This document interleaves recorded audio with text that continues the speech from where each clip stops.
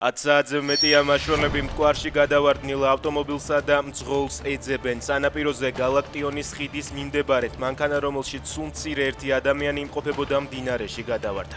გავრცელებული ინფორმაციით მიზეზი უკნიდან ძლიერი შეჯახება იყო. ამ დროისთვის სამძებრო სამაშველო ღონისძიებები მიმდინარეობს.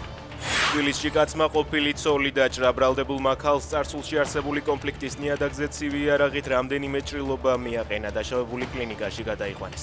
ბრალდებული კაცი დაკავებულია, მას 20 წლამდე უვადო პატიმრობა ემუქრება. თბილისში 4-მა პირმა ჩარიცხვის აპარატის გაძარცვა სცადა. შემთხვევა დილის საათებში მოხდა. ბრალდებულებმა ჩარიცხვის აპარატი დააზიანეს, თუმცა ფულის აღება ვერ შეძლეს და ადგილიდან მიიმალნენ. დანაშაული სათვალთვალო კამერებმა დააფიქსირა. 4-ვე პირი დაკავებულია, მათ 8 წლამდე პატიმრობა ემუქრებათ.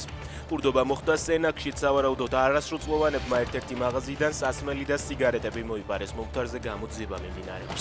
კალიფორნიის შტატში ერთ-ერთ ბანკში შეიარაღებული მძარცველი შეიჭრა და მძევლები აიყვანა. ის ბომბის აფეთქებით იმუქრება.